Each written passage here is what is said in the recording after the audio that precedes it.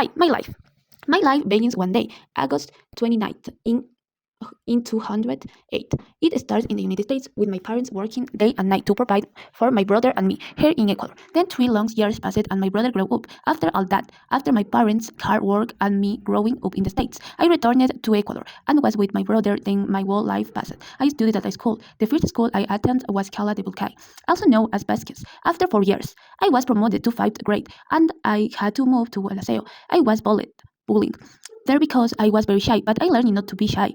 I made friends, but I wasn't doing well academically, so I left the school. I went to another school where I met my best friend Ariana. I was in 6th and 7th grade there.